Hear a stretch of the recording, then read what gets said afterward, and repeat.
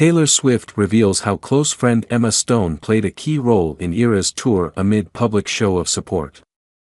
Taylor Swift's Eras Tour is the highest-grossing stage tour in history by a female artist, and she might have Emma Stone to thank for one of its key successes. The 33-year-old pop star and musical phenomenon spoke with Time magazine after being named their Person of the Year for her absolutely mammoth 2023, spanning eras, the increasing coverage of her relationships, and her return to the spotlight. Taylor opened up in the interview about her intense workout plan to prepare for the romp around the world, which is only halfway done and will return once again in February 2024.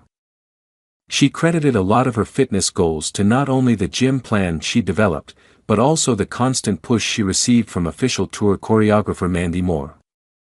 However, the interview revealed that it was actually Emma who'd introduced her close friend to Mandy, who has also choreographed in the past for Dancing with the Stars. Emma and Mandy worked together in 2016's La La Land, which netted the actress her first Oscar, although stay tuned for 2024. Taylor detailed that she wanted to be in top shape for the expansive tour, which resulted in her kicking off her training sessions 6 months before the very first show.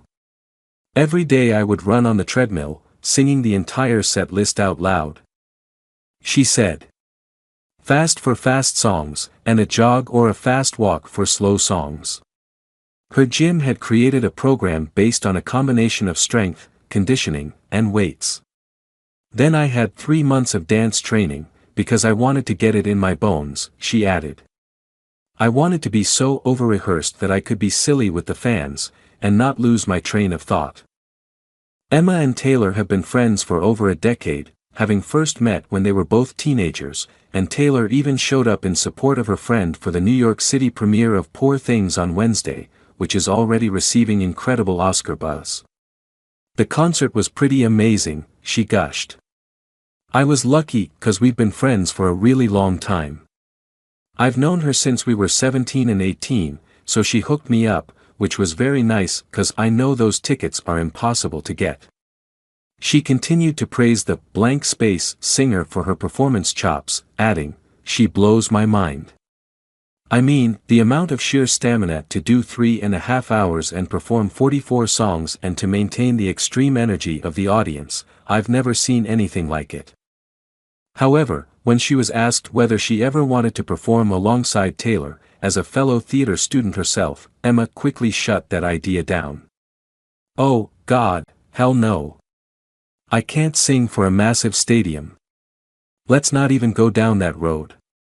She has insane talent, I could never do what she does. Both stars were in attendance Wednesday evening, December 6th, at the premiere of Poor Things, Yorgos Lanthimos' new film starring Stone opposite Mark Ruffalo, Willem Dafoe and Margaret Qualley. And on the red carpet, Stone was asked about the Speak Now, Taylor's version, vault track that had many fans obsessing over whether she was its subject.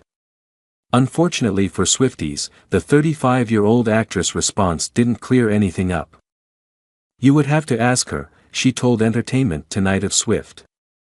Stone, who is a Billboard charting artist thanks to her La La Land duet City of Stars with Ryan Gosling, and the Anti-Hero singer are longtime friends, first meeting when both of them were teenagers.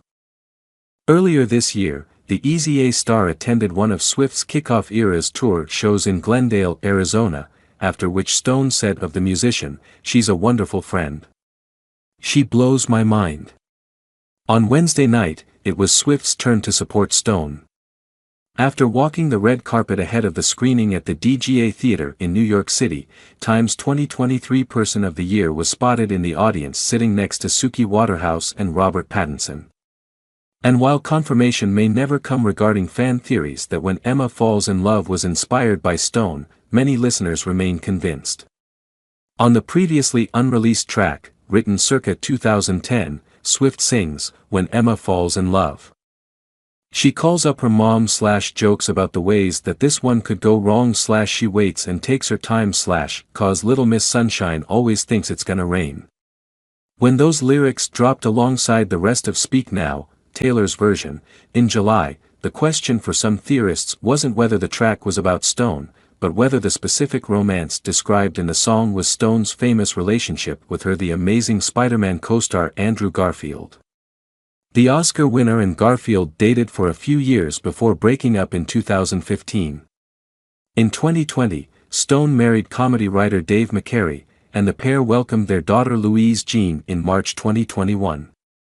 Swift's selection caps off a year that felt like basically wall-to-wall Taylor Swift madness. And is, of course, sending Swifties into raptures of joy. And not just to see their idol so honored. Swift's selection also comes with her first in-depth interview in years, where she talks about her career ups and downs and her much-chattered-about romance with Chiefs tight end Travis Kelce. The internet has spent the past several days busily parsing just about every word Swift says in the interview. But for me, there is a clear winner in the contest to uncover the most valuable takeaway from her sit-down with Time's Sam Lansky. And handily for busy entrepreneurs, it's just 17 words long.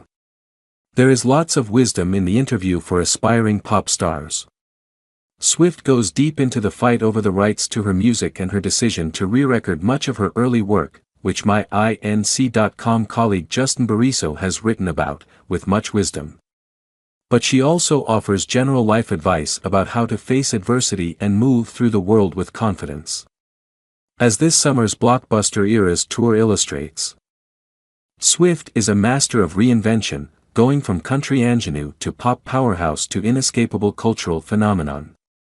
On stage, Swift tours through all of these earlier eras without a moment of embarrassment or any urge to update earlier versions of herself from a later place of greater wisdom. She's modeling radical self-acceptance on the world's largest stage, Lansky writes. Which is pretty impressive. I can barely manage to think of some of my earlier choices in the privacy of my own head without wincing. Forget about parading these rough draft versions of myself in front of tens of thousands of screaming fans. How does Swift manage to be so open about her life, including missteps, mistakes, and unflattering moments? In the discussion with Lansky, Swift agrees that her approach to radical self-acceptance is best captured by a 17-word meme: do not kill the part of you that is cringe, kill the part of you that cringes.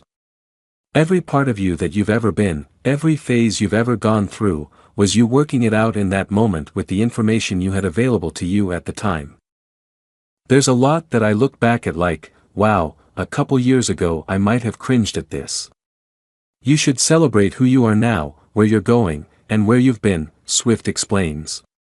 In advising fans to quit wasting energy on being embarrassed at previous incarnations of themselves and focus on self-compassion and appreciation for their personal journey, Swift joins an impressive lineup of both fellow A-listers and psychologists.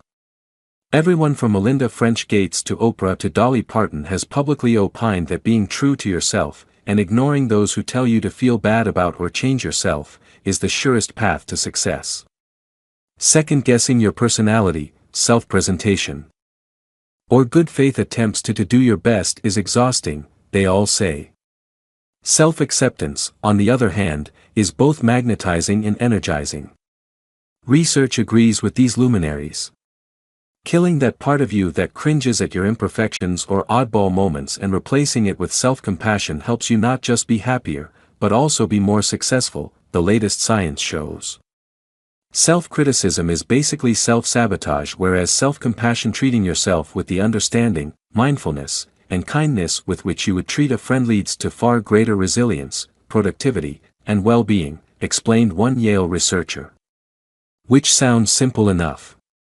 But as we all know, putting this kind of radical self-love into practice in your day-to-day life can be trickier. Most of us will never reach Taylor Swift levels of self-confidence. But next time you feel embarrassment at your mistakes, weirdness, or awkward moments of growth, you can remember the 17-word lesson endorsed by Swift. If you feel the urge to cringe at yourself, the right response isn't to hide or hate whatever aspect of yourself made you cringe. It's to embrace your imperfections and criticize the very impulse to feel ashamed.